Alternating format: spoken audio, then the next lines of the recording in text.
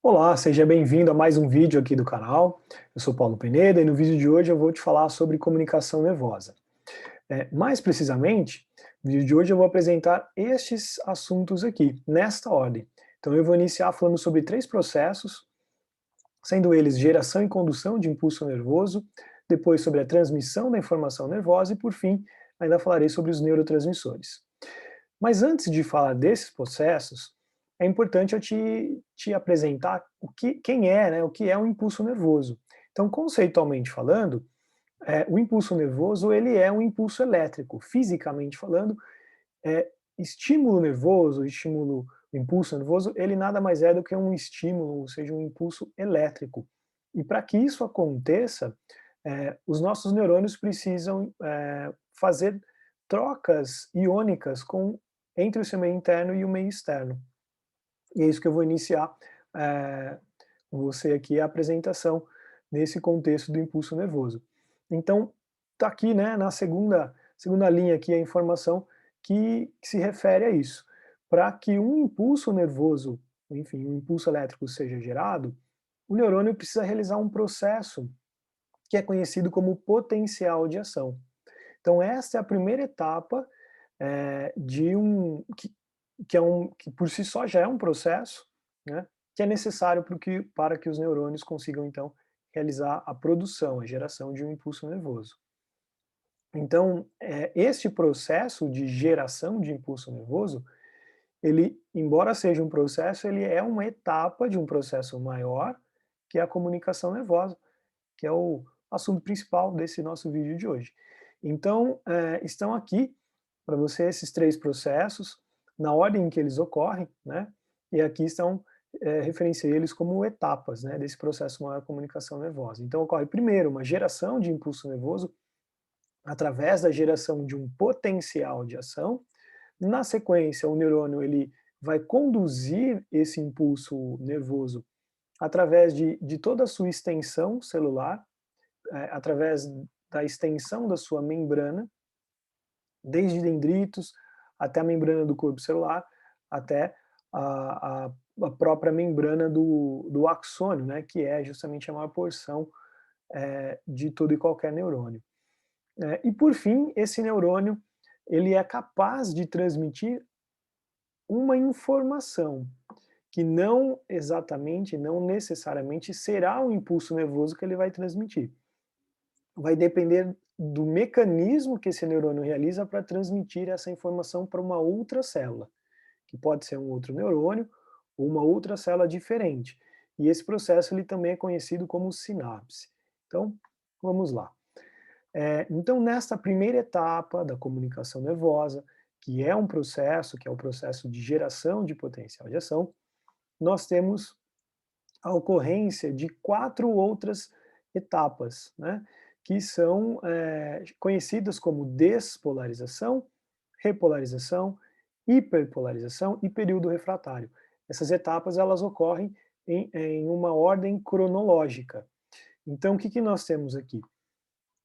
Os neurônios, assim como qualquer outras células do nosso corpo, que não necessariamente células nervosas, né, elas são células que apresentam, no seu estado de repouso metabólico, elas apresentam uma somatória de cargas elétricas internas negativas.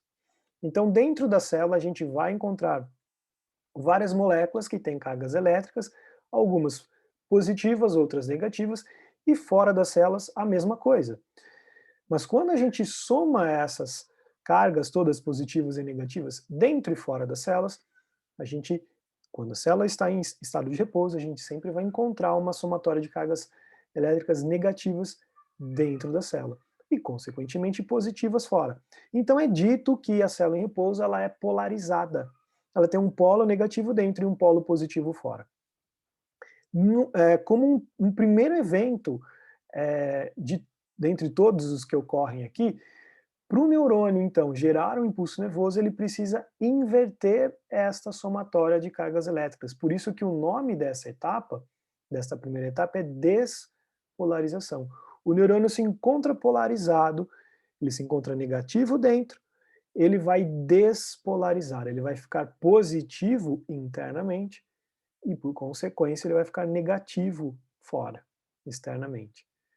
E isso ocorre graças a um processo de absorção de molécula que tem carga elétrica positiva.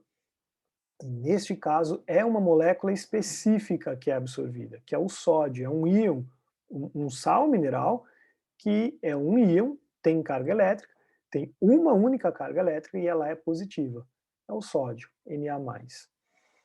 Logo após os neurônios terem realizado essa rápida absorção de sódio, então eles vão voltar ao estado inicial, eles vão voltar a ficar negativos internamente, ou seja, eles vão voltar a um estado polarizado, por isso que a segunda etapa é chamada de repolarização. E isso ocorre mediante a perda de carga de moléculas que têm cargas elétricas, que são, nesse caso, íons, sais minerais com carga elétrica a gente chama de íon, né? Que são íons positivos. Então, a célula, primeiro, ela ganha carga positiva para depois perder carga positiva. Mas, além disso, essa célula, esse neurônio, secreta, ele perde um outro tipo de molécula, né, que nesse caso é o potássio. Neste momento, não há problema nenhum quanto a isso, né? Esse é um processo realizado de maneira fisiológica, né, natural, esperado, controlado pelos neurônios, e é assim mesmo que ocorre. Então, o neurônio ganha um tipo de molécula e depois, logo na sequência, ele, uma fração aí de milissegundos, ele perde um outro tipo de molécula, que é o potássio, K+. Em termos elétricos, o que mais interessa aqui para o neurônio é ganho de carga positiva e perda de carga positiva, mesmo que essas moléculas sejam diferentes. A gente observa que esses neurônios eles acabam, no primeiro momento, perdendo mais potássio do que eles deveriam, do que eles precisariam, né? Então ocorre momentaneamente uma perda excessiva de potássio. Esse é um processo, é uma etapa, um momento ali que é conhecido como hiperpolarização. Então o neurônio ficou mais polarizado do que deveria. Logo na sequência ele reestabelece essa quantidade correta de moléculas no seu interior. Então ele volta a ficar com a sua somatória de cargas elétricas adequadas, né? Tanto dentro quanto fora. Ele então entra no estado que nós chamamos de período refratário. Esse é o momento em que pode-se dizer que esse neurônio se encontra em repouso. Porém, esse é um período de repouso com relação à capacidade de geração de um novo potencial de ação. Não, isso não significa que o neurônio não vai fazer nada, vai ficar em estado de repouso completo. Não, pelo contrário, ele realiza um processo conhecido, que é um processo super importante, né? Que é famoso, é conhecido como bomba de sódio e potássio. Esse é um processo em que o neurônio, inclusive, gasta energia para realizar esse processo, é um processo ativo, né? E então agora vamos entender o porquê que acontece tudo isso, né? Com mais detalhes. Então nós temos aqui nessa figura um gráfico que ilustra aqui no eixo vertical é, a variação de energia, na verdade a variável aqui é a energia, né? Eletricidade, energia elétrica medida, a unidade de medida que é milivolts, então uma voltagem bem baixa, né, mas que para uma célula é significativa.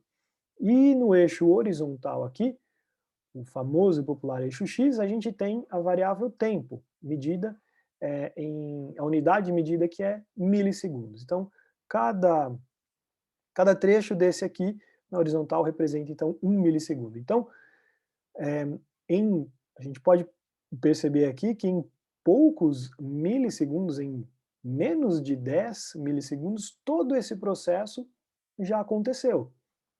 Então, o que nós temos aqui?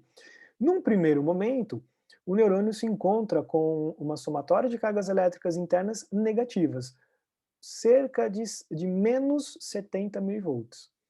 Esse é um valor que a gente realmente encontra, né, para a maioria dos neurônios. É claro que a gente pode encontrar algumas variações aí, mas é algo em torno disso aqui. Esse neurônio, então, está em estado de repouso, e aí esse neurônio recebe um determinado estímulo. E aí, então, ele abre alguns dos seus canais de sódio. O que são os canais de sódio? São verdadeiros túneis de passagem de sódio que existem nas membranas desses neurônios, dessas células, não só dos neurônios, mas de outras células também, né? E aí esses canais se abrem, o sódio é capaz de entrar na célula por difusão, por uma diferença de concentração iônica, tem mais sódio fora do que dentro. Passivamente, naturalmente, sem gasto de energia, o sódio vai entrar na célula, como é carga positiva, então essa célula começa a ficar mais positiva, ou nesse caso aqui, ainda menos negativa, né? Tá menos 70, vai ficar, por exemplo, menos 65, menos 60, continua ganhando sódio. Menos 50, zerou, ficou neutro, continua ganhando sódio. Mais 10, mais 20, mais 30, por exemplo, aqui ó, em torno de mais 30, estes canais de sódio se fecham.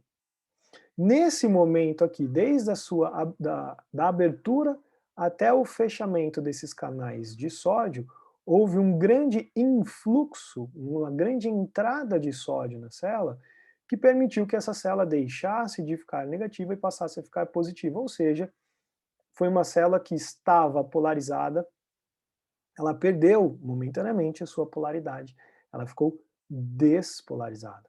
Então, esta subida aqui da curva nos indica que esse é um momento de despolarização, onde houve absorção de íon sódio.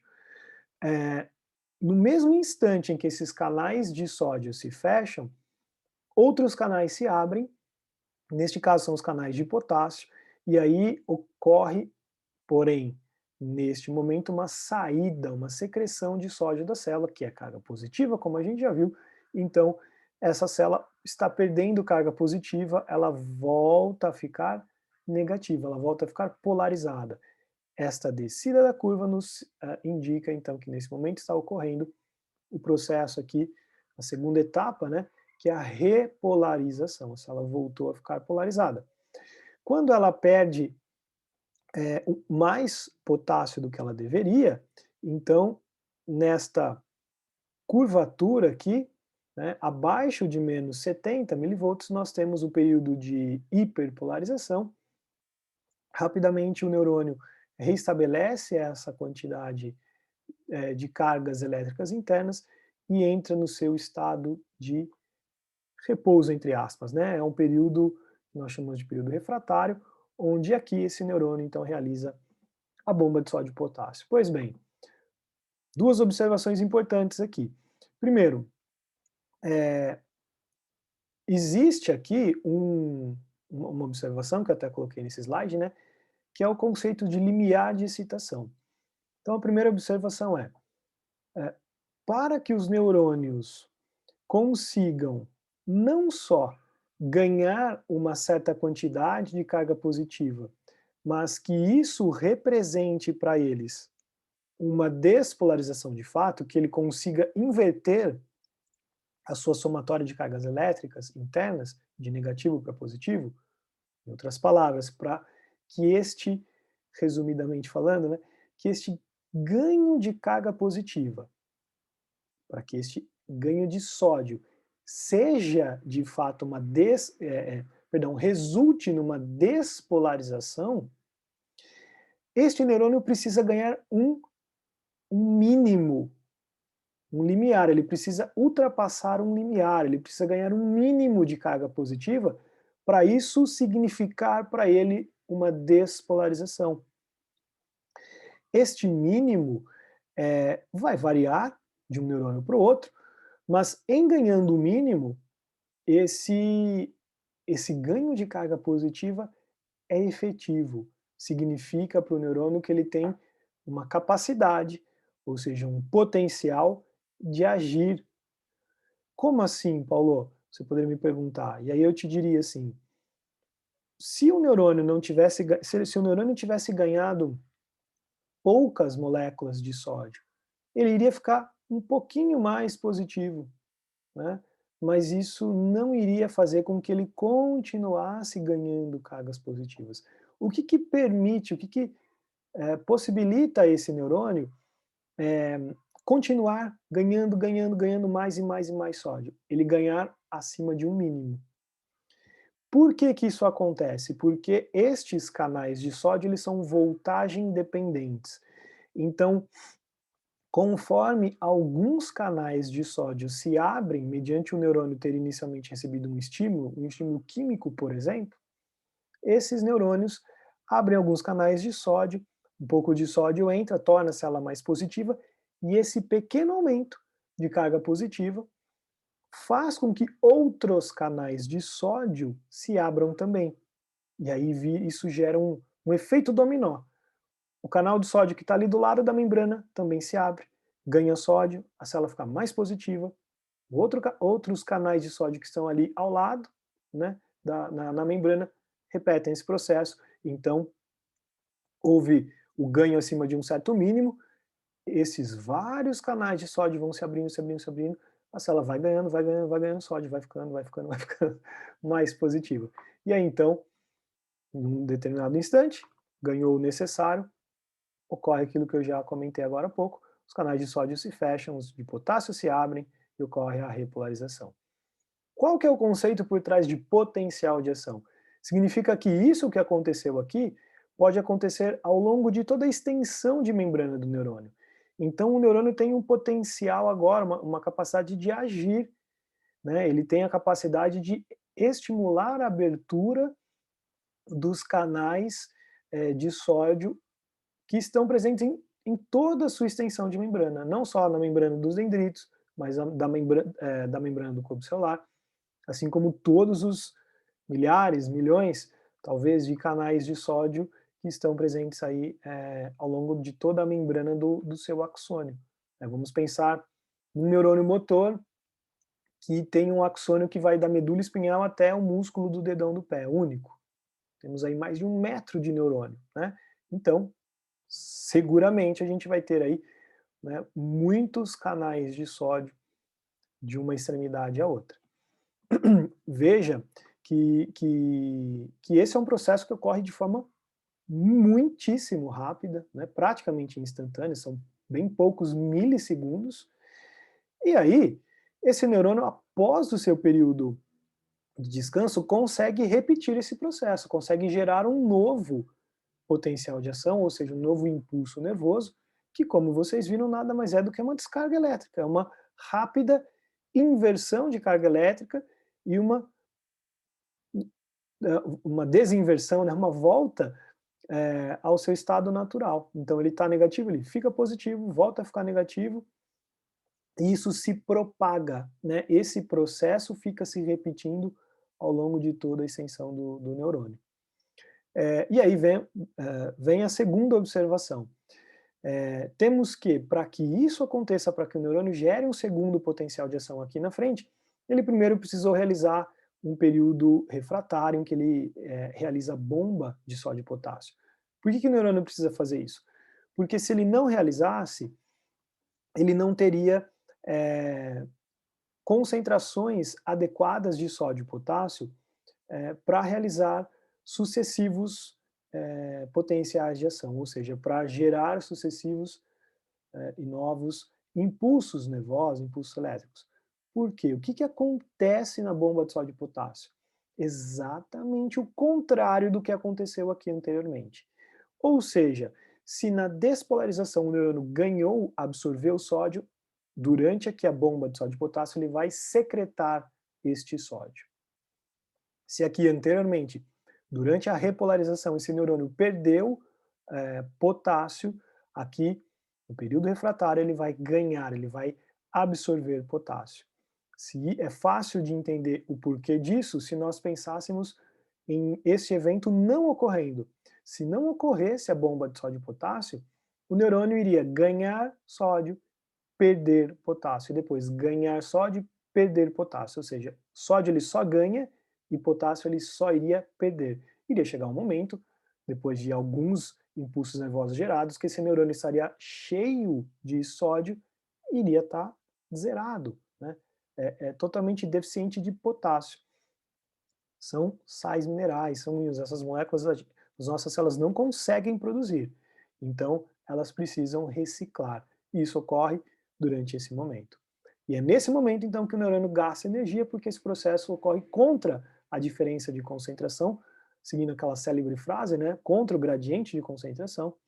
E aí, então, nós temos um momento aqui em que a gente percebe o porquê que ler bastante, estudar, é, enfim, pensar, refletir, gasta energia e nos deixa cansados, depois disso ter sido realizado, né, por um longo período de tempo, porque realmente gerar impulso nervoso gasta energia. Bem, tendo feito isso, então tendo gerado esse impulso elétrico, agora chegou o momento desse neurônio então conduzir isto, né? E aí então a gente tem a segunda etapa, que é a condução. Essa condução pode ocorrer de duas maneiras, através de uma condução dita contínua, a qual é realizada por fibras amielínicas, ou seja, sem mielina, ou por uma condução saltatória, né, realizada por fibras mielínicas, ou seja, com bainha de mielina, e com algumas interrupções na bainha de mielina que nós chamamos de nódulos de Ranvier. Como que acontece esse processo? Então, primeiramente aqui a condição contínua, a gente aqui consegue, de uma forma diferente, perceber, talvez melhor ainda, né, o conceito de geração de impulso nervoso. Me adiantando aqui na explicação, de maneira resumida, a condução contínua ela pode ser dita e deve ser interpretada como sendo uma sucessiva, ou melhor dizendo, a condução contínua ela corresponde a sucessivas gerações de impulsos elétricos. Vejam só, aqui o que, que a gente tem? Se você reparar que então a gente tem nessa figura, na figura desse slide a gente tem três momentos de um neurônio. Inicialmente aqui a gente tem os dendritos, o corpo celular dele à esquerda e todo o seu axônio aqui à direita. Esse neurônio ele vai receber um estímulo, que nesse caso está chegando pelos seus dendritos. Isso fez com que ele gerasse um potencial de ação. Como que ele faz isso? Como a gente acabou de ver. Ele então vai despolarizar, ele vai absorver sódio, vai ficar mais positivo internamente.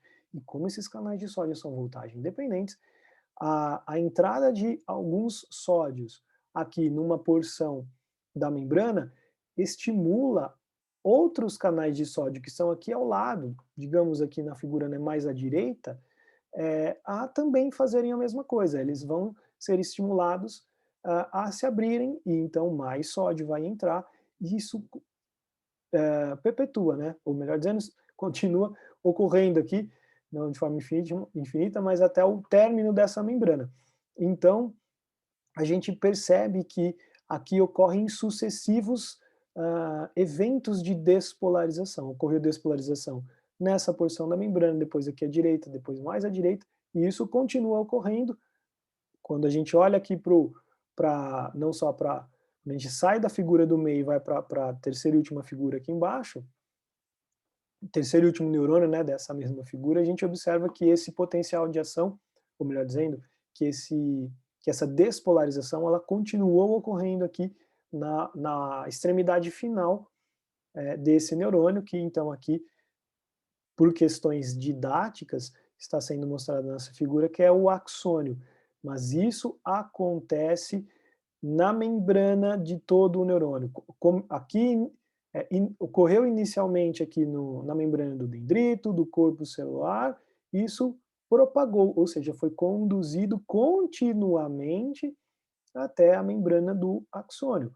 Como é a porção maior, né, um prolongamento maior, fica mais fácil de ilustrar isso na membrana do axônio. E aí, algo mais aqui, né?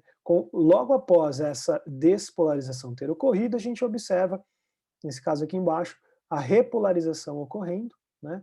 Então agora eu vou ter, logo na sequência, o potássio sendo secretado. Então ocorre aqui uma onda de despolarização. Por que uma onda? Ocorreu despolarização aqui, depois aqui à direita, depois aqui, depois aqui, depois aqui. Logo depois da despolarização ocorreu a repolarização, aqui, depois aqui, ao longo de toda a membrana. E, sabidamente, né, após a repolarização vai ocorrer a hiperpolarização e o período refratário. Então, em outras palavras, o neurônio ele conduziu este estímulo elétrico. Isso, para nós, né, conscientemente falando, é difícil de imaginar, a gente não sente essa eletricidade, mas para o neurônio isso tem um significado, essa descarga elétrica em milivolts, né, esse impulso elétrico, ele é uma informação para o neurônio, ele é um impulso nervoso. Então tudo iniciou, resumindo, com um potencial de agir. Com o ganho de uma certa quantidade de sódio, o neurônio ficou mais positivo e ele então gerou um potencial de agir. Ele conseguiu, com esse pequeno ganho de carga positiva, estimular a abertura de outros canais de sódio aqui, e aí foi literalmente uma ida sem volta. Todos os demais, como efeito dominó, né, todos os canais de sódio então começaram a se abrir, então o neurônio começou a agir, ele começou a despolarizar tudo, repolarizar tudo, e isso, fisicamente falando, nada mais é do que um impulso elétrico ocorrendo, essas rápidas inversões de carga ao longo de toda a membrana dessa célula. Então, essas cargas elétricas representam uma informação para o neurônio, que a gente vai entender melhor daqui a pouco. E aí, então, nós podemos ter também uma condução que é dita saltatória. O que acontece aqui? Aqui eu tenho uma fibra que ela é mielínica, então tem bainha de mielina aqui, ao longo de toda a sua extensão, porém, não de maneira ininterrupta. Em alguns pontos a gente encontra aqui os famosos nódulos de Ranvier, onde eu não tenho a bainha de mielina. Justamente nesses nódulos de Ranvier a gente vai ter a geração de um potencial de ação, ou seja, a gente vai ter a geração de um impulso elétrico, porque vai ocorrer despolarização e repolarização.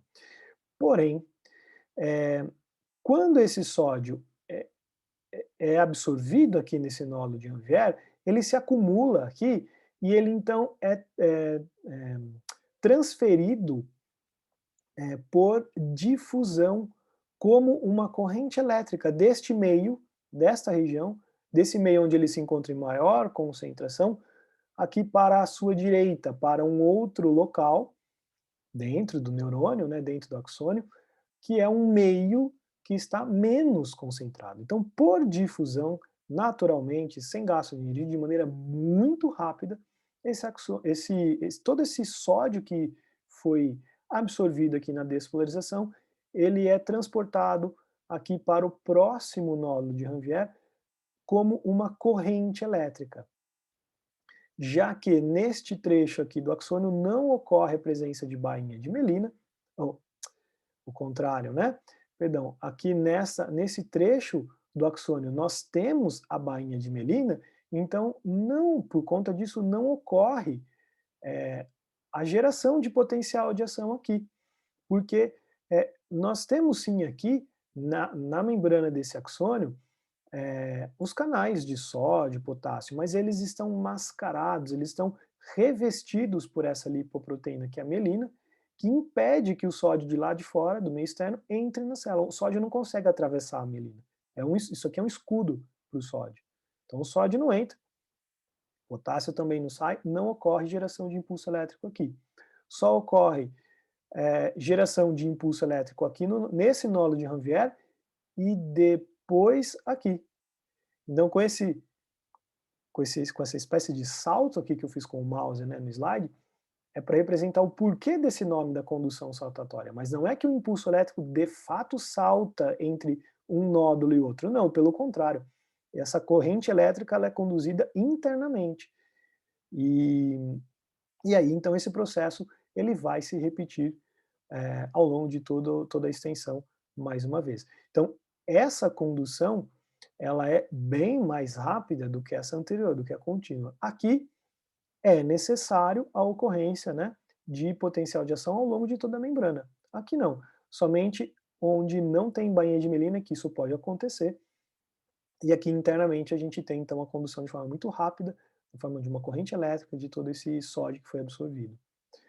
Poderíamos pensar na seguinte situação: e se a gente tivesse bainha de mielina de fora a fora, né? Poxa, então seria mais rápido ainda? Inicialmente seria mais rápido ainda, mas é lógico pensarmos que, pensando em uma distância muito grande, 1 metro, né, de comprimento, vamos pensar assim, em neurônios motores, isso não seria possível, porque essa carga elétrica que é ganha aqui, ela é conduzida aqui, né, em um nódulo, ela é conduzida para o outro nódulo, mas ela chega aqui com uma intensidade menor. Alguns íons sódio vão ficando literalmente no meio do caminho. Então, se aqui, número arbitrário, né, se aqui um neurônio ganhou 100 moléculas de sódio, aqui vão chegar 70, algumas, no caso aqui 30, nesse exemplo, né, que eu citei, algumas, nesse caso 30, ficarão no meio do caminho. Então, se a gente pensar numa distância muito grande, a intensidade da carga elétrica que iria chegar até onde ela precisa chegar, ela chegaria muito menor, o efeito provavelmente não iria acontecer. Então, em outras palavras, esses nódulos de Ranvier, eles servem como um ponto de reforço dessa carga elétrica, para que a voltagem mínima necessária e correta, né, chegue até o seu destino. Então, é, é razoável nós pensarmos que esse tipo de fibra amielínica, né, ocorre em várias partes do corpo, mas, por exemplo, no sistema nervoso central, mas em locais em que a comunicação se dá entre estruturas, entre órgãos, entre neurônios de estruturas e órgãos do sistema nervoso central que estão próximas fisicamente. E nós vemos esse tipo de condução saltatória em fibras mielínicas com o nódulo de Ranvier, que exige aí a condução de uma estrutura a outra uma distância maior. Então, faz sentido pensarmos que isso ocorre como por exemplo, em neurônios motores, né, em nervos motores que é o que ocorre de fato, né, é, que vão exigir, então, uma distância maior a ser percorrida por esse estímulo.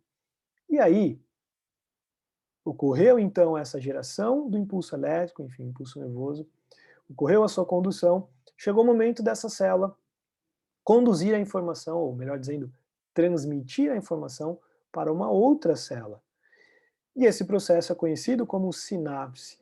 Essa informação, melhor dizendo, essa sinapse, ela pode ser de diferentes tipos, dependendo do aspecto que nós estivermos avaliando. Ela pode ser elétrica ou química, de acordo com a natureza dessa sinapse. Ela pode ser excitatória ou inibitória, de acordo com o tipo de informação. E ela pode ser interneuronal ou neuromuscular, dependendo do tipo de célula que nós estivermos considerando. Então, o que é uma sinapse elétrica? Sinapse elétrica ela acontece em vários locais do corpo, como por exemplo o sistema nervoso central, no coração, em musculatura lisa, né? E assim mesmo também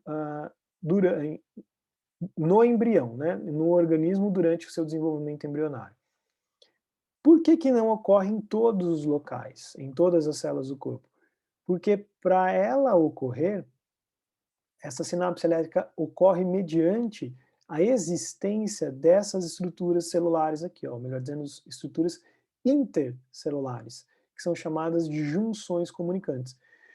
Uma célula precisa estar se comunicando com a outra de uma maneira específica, e essa comunicação ela é através de uma adesão total. As células estão fisicamente grudadas, encostadas, e existem canais de abertura entre elas que favorecem a passagem de alguns íons, de alguns peptídeos e algumas outras moléculas que também são chamadas de mensageiros, segundo os mensageiros moleculares. Ocorre então uma difusão, uma transferência de carga elétrica de uma célula para outra. Então essas células não podem estar separadas fisicamente, não é possível isso ocorrer se essas células estivessem a uma distância qualquer que fosse, né, não é possível existir uma distância física entre elas. Ocorre nesse caso sem precipitação da célula que vai receber esses íons, né, da célula pós-sináptica, e uma vantagem é que a condução é muito rápida. Um exemplo disso, que eu citei aqui anteriormente, esse processo ocorre no músculo liso e no coração. Então está aqui o exemplo do músculo do coração, o miocárdio. Nós sabemos que o coração ele tem as suas células, as suas fibras musculares estriadas cardíacas se fusionando, né? Elas se unem em alguns pontos. Ocorre a perda da membrana celular, então essas células realizam isso aqui, ó, realizam as suas junções comunicantes, por onde os íons podem passar diretamente de uma célula para outra, sem existir um espaço físico aqui entre elas. Já na sinapse química, a situação é inversa, né, nesse sentido. Então aqui a gente vai ter células que não estão fisicamente aderidas, ligadas, né, umas às outras. Existirá aqui um certo espaço pequeno, mas significativo entre elas. Nesse caso, a condução ocorre numa única direção. Como existe esse espaço, os íons não conseguem serem transferidos diretamente, é necessário um outro elemento aqui, uma outra molécula, um mensageiro químico, por isso que a sinapse é química. Esse mensageiro é chamado de neurotransmissor. A célula secreta esse neurotransmissor.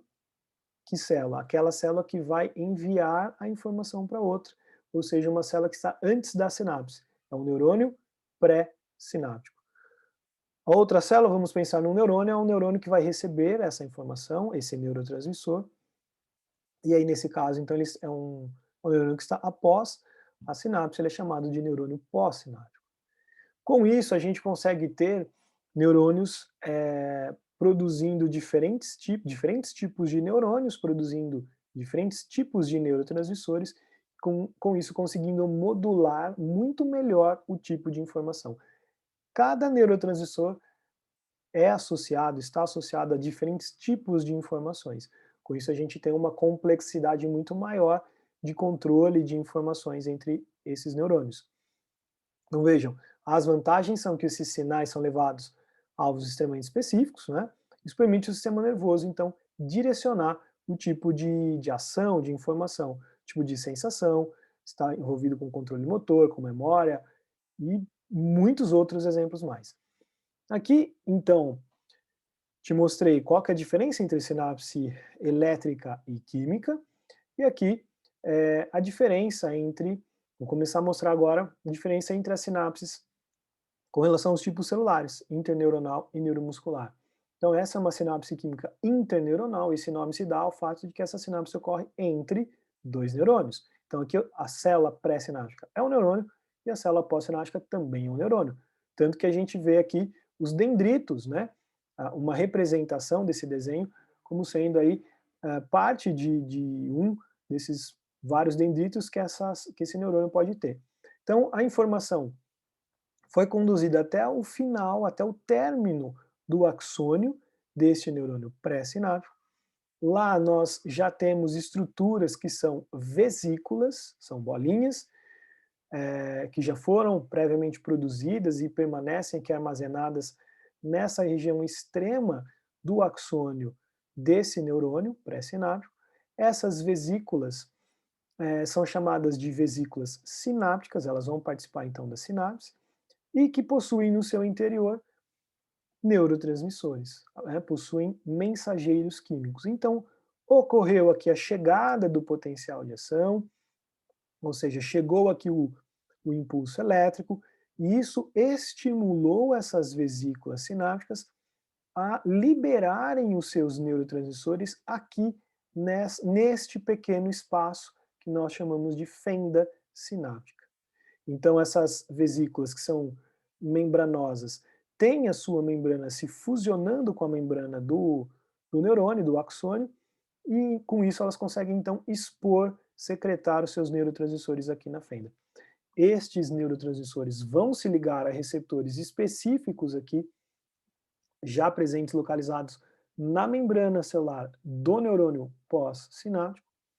Esses receptores, ao receberem esses neurotransmissores, vão gerar uma resposta para esta célula. Esse neurônio pode ser ativado ou inibido, dependendo da informação que ele recebeu. Daí nós vamos ter uma sinapse química excitatória ou inibitória em função disso. Bem, né? Então já vimos o que é uma sinapse elétrica e química, o que é uma sinapse excitatória e inibitória, e o que é uma sinapse interneuronal ou neuromuscular, que é a que eu vou mostrar agora. O que muda de uma sinapse entre neurônios para uma uma sinapse entre um neurônio e uma fibra muscular, né? Porque essa é uma sinapse química neuromuscular. Não muda quase que nada do ponto de vista da transmissão da informação. Só vai mudar a resposta que a célula vai ter, né? Comparando já. Então, se a gente voltasse aqui na sinapse química interneuronal e essa sinapse química fosse excitatória, o que iria acontecer? Então, sabidamente, esse neurotransmissor seria excitatório, ele iria se ligar aqui aos seus receptores, iria excitar essa célula, esse neurônio pós-sináptico. O que significa isso? Significa algo muito simples que a gente já viu. Eu já te falei que quando esse neurônio é ativado, quando ele recebe um estímulo, por exemplo, um estímulo químico, ele pode, nesta excitação, nessa ativação, gerar um potencial de ação. Então é isso que iria acontecer aqui. Se essa sinapse química fosse excitatória, este neurônio pós-sináptico, ele iria gerar um novo potencial de ação, ele iria gerar um novo impulso elétrico, exatamente como o primeiro o fez. Então, resumidamente, ele iria repetir o processo. Se o neurotransmissor fosse inibitório, ele iria fazer o contrário, ele iria se inibir e não iria gerar um novo potencial de ação.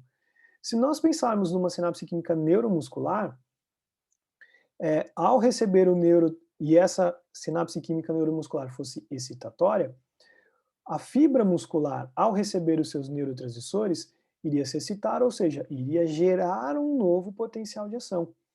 O músculo também iria fazer a mesma coisa que o neurônio fez, ele iria ganhar sódio, iria perder potássio, iria fazer tudo aquilo.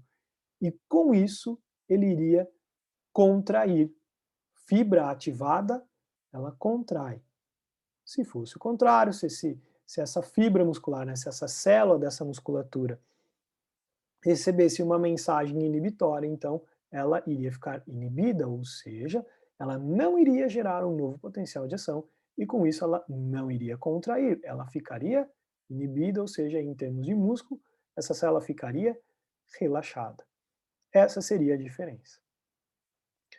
Então, acabei de te mostrar aí os 3 processos que são etapas de um processo maior, né? Que é a comunicação nervosa.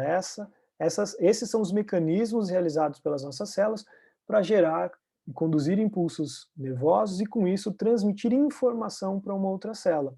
Essa informação pode ser transmitida de forma direta, como ocorre na sinapse elétrica, que é a transmissão do próprio impulso elétrico, né, propriamente dito, ou através de uma transmissão apenas da informação excitatória e inibitória, como é o que acontece numa sinapse química, seja ela excitatória ou inibitória. E para finalizar, então, este vídeo de hoje, eu vou te apresentar algumas informações sobre os neurotransmissores que fazem parte dessa sinapse química. Esses neurotransmissores, eles são classificados em 2 grupos, de baixo e de alto peso molecular. Este primeiro grupo de baixo peso molecular diz respeito a um tipo de molécula que como o próprio nome diz, é leve, porque ela é pequena, então ela é rapidamente produzida e consegue também agir de forma muito rápida. Essas moléculas são produzidas na terminação axonal desses neurônios e elas então são armazenadas dentro dessas vesículas. Estão envolvidas com a maioria das informações, né, e respostas agudas do sistema nervoso, como recebimento de informações sensoriais no meio ambiente, assim como também de sinais motores à musculatura. E algo que é importante aqui, apenas um tipo de neurotransmissor é produzido e secretado por cada tipo de neurônio, quando for desse tipo de baixo peso molecular. E aí, esse grupo de neurotransmissores de baixo peso molecular são divididos ainda em 3 classes. A classe 1, que são as colinas, né, como, por exemplo, a acetilcolina, que está envolvida em várias funções, contração de musculatura esquelética, atenção, aprendizagem e memória, né, funções bastante diversas. Como que uma mesma substância química pode estar associada a diferentes tipos de informações? Vai depender de quais neurônios estão utilizando esta acetilcolina, né? Classe 2, as aminas. Dopamina, serotonina, histamina, norepinefrina e outras mais, trouxe aqui para você as mais importantes, são envolvidas também com diferentes funções. Dopamina, por exemplo, com controle motor, serotonina com aprendizagem, memória e bom humor. Poxa, Paulo, mas você já falou, né, que a acetilcolina faz isso, olha, aprendizagem, memória. Então, duas observações. Primeira é, o mesmo neurotransmissor pode estar envolvido com diferentes funções, assim como diferentes funções podem também ser controladas por diferentes neurotransmissores. Okay? E terceira classe são os aminoácidos. Né? Temos aqui como exemplo aspartato e glutamato, que são os dois mais utilizados, mais importantes neurotransmissores excitatórios, e o GABA e a glicina, que são os dois mais importantes neurotransmissores inibitórios, o GABA atuando no encéfalo e a glicina no sistema nervoso periférico. Algumas referências, isso não é um consenso, trazem ainda uma quarta classe de neurotransmissores, que são os gases, né? São também mensageiros químicos, como o óxido nítrico, okay? Também envolvido aí com várias funções diversas, dependendo de onde ele estiver atuando. E aí o segundo grupo diz respeito aos neurotransmissores de alto peso molecular, são o contrário dos anteriores, são moléculas grandes, pesadas e, por consequência, têm uma ação lenta.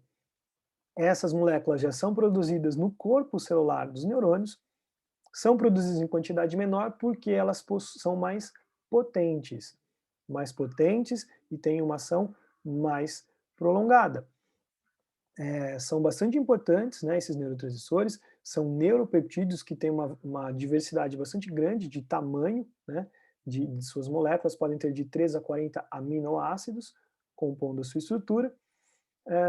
Trouxe aqui para você alguns exemplos importantes de neurotransmissores neuropeptídeos, olha só. Os opioides endógenos, né, produzidos pelo nosso próprio organismo, tais como beta-endorfina, dinorfinas, encefalinas. Todos esses neurotransmissores, neuropeptídeos da classe de opioides são potentes analgésicos, sem resultar em perda de consciência. Não só diminuem a dor, como também são envolvidos em várias outras informações, né, vários outros sentidos, de dor, humor, emoção, de novo, aprendizado, memória, atividade sexual, controle de temperatura corpórea e outros mais. Um outro ponto importante quando se fala em neurotransmissores é sobre como que eles agem, o tempo de atividade, né, e isso está relacionado à remoção desse neurotransmissor. Enquanto os neurotransmissores estiverem ligados a seus receptores específicos, eles estarão agindo. A gente consegue remover esses neurotransmissores e com isso cessar aquela informação, e isso é realizado, isso pode acontecer de 3 maneiras diferentes.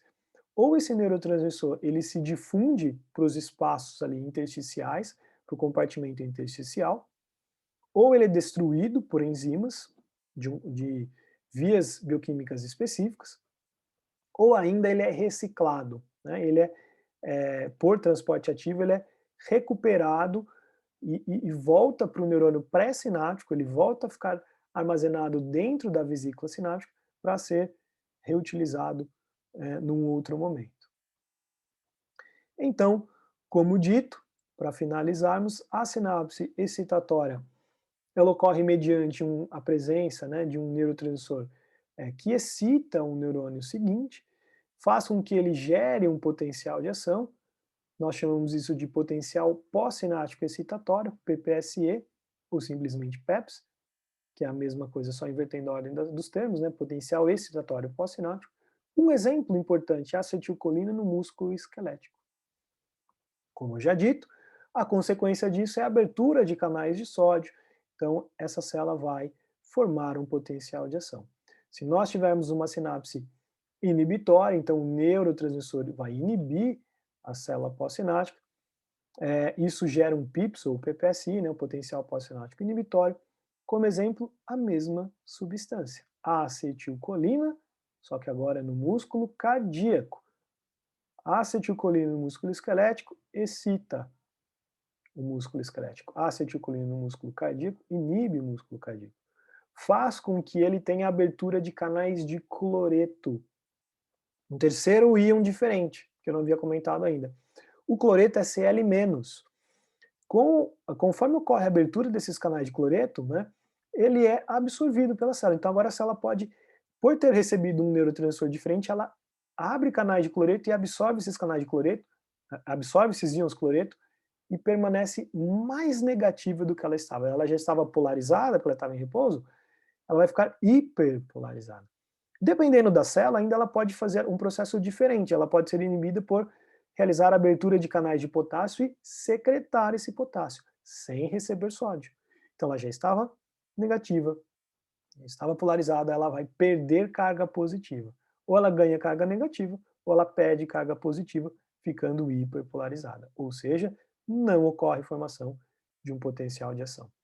E aí, então a gente pode ter 3 estados de um neurônio. Ou o neurônio está em repouso, ou ele está excitado porque ganhou o sódio, ou ele está inibido porque ganhou o cloro, o cloreto, né, ou perdeu o potássio. Isso tudo depende, né, se o neurotransmissor ele é excitatório ou ele é inibitório, vai depender do tecido que nós estamos falando. Veja, a acetilcolina no músculo esquelético ela é excitatória, no músculo cardíaco ela é inibitória. Por quê? Vai depender de quem vai receber este neurotransmissor. Em outras palavras, o efeito do neurotransmissor, se ele é excitatório ou inibitório, vai depender do seu receptor. Dependendo do receptor que ele tiver, ele pode ser, esta informação química pode ser interpretada como excitatória ou como inibitória. E aí, então, este assunto de receptor eu trato num próximo vídeo. Vamos para ele, para entendermos melhor sobre quem são esses receptores, ok? Fico por aqui então, bons estudos e até um próximo vídeo. Um abraço, até lá, tchau, tchau.